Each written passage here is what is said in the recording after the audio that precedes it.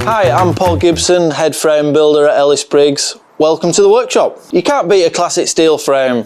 Picture this, you find one on eBay, it's just perfect, you get it bought and it arrives, you start unpacking it and getting it out, oh, it looks amazing, doesn't it? But hang on a sec, the seller never told you about this. Ouch. Don't panic, let's rewind this and I'll tell you about all the 10 pitfalls that you need to avoid in order to make sure you don't end up buying a useless frame. So now we've avoided buying that duff frame, let's have a look at what else we need to look out for so we can make sure this doesn't happen again. So one of the first things I always check when a frame comes into the workshop is the bottom bracket threads.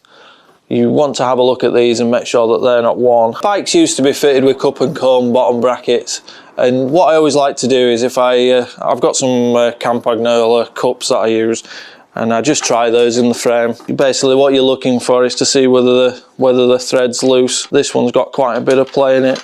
And what you might find as well is when you tighten the cup up, that it might jump a thread, and that's telling you as well that it's a worn bottom bracket thread. On a similar note, people often ride with the headsets loose on the bike as well, which wears the fork column threads. So again, you want to be checking the fork column threads and making sure that they're not worn. So if you check the column with a good known headset, what you want to find is when you screw it on, it wants to be a really good fit. And then you just want to make sure that there's no play when you move it side to side.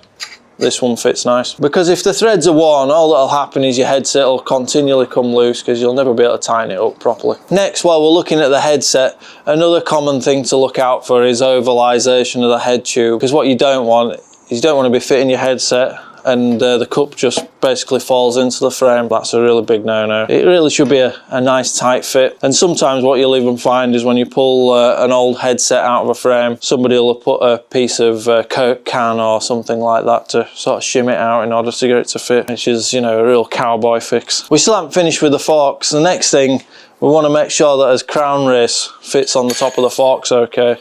It shouldn't just fall straight onto the top. At the bottom of the fork column, it's called the crown race seat, and this is machined to match the inside of the crown race. And it's supposed to be a tight fit, so when you put it on, it shouldn't just fall straight to the bottom. It should take some force to put it on. It should be like a friction fit. Maybe riding headsets loose should be a capital offence. So sometimes what mechanics will do in order to get the crown race to fit is they'll take a centre punch and they will use it on the crown race seat and just hit it at intervals all the way around, and then that will just give the crown race just a little bit of extra purchase. It's not ideal, but you may find this if you strip your headset down that it's been done. So if you like these kind of videos, please like and subscribe to our channel and we'll keep them coming. Also, if you have any questions, please put them in the comments below and I'll try to answer all of them. Dents are really common on frames, so you want to have a look and make sure you haven't got any dents that you don't know about that you don't want to have on your new frame. So one of the common areas is the top tube. Often what will happen is the handlebars will swing round and they'll bang against the top tube, sometimes in a crash or whatever, and you'll end up with a dent on either side of the top tube here. Another common place is here where the brake stirrup meets the down tube, and you'll either have a scratch there or a chip or something, or sometimes it'll be a full-blown dent.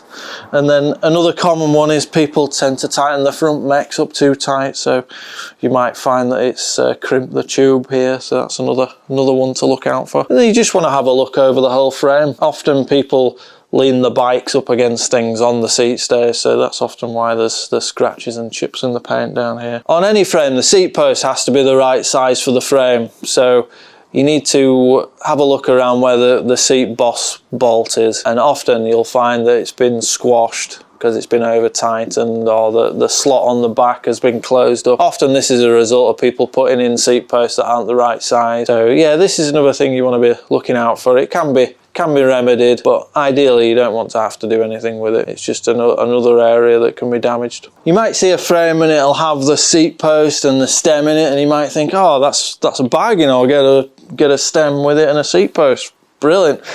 But what you want to ask the seller is whether they move, because often people leave these in because they're frozen in place, and then they're gonna take some work then to get them out. And often the stem pretty much has to be destroyed if it's really frozen in there. But luckily on this one they both move, so we're all right. On these classic frames, they nearly always have a road end, which is a horizontal dropout, which is fine. They have their advantages, but if you don't keep your quick release skewer nice and tight, what happens is you'll set off at the traffic lights or something, and your wheel will slip, and the tyre will then contact the chainstay on the inside. And if you're not careful, it'll wear it away.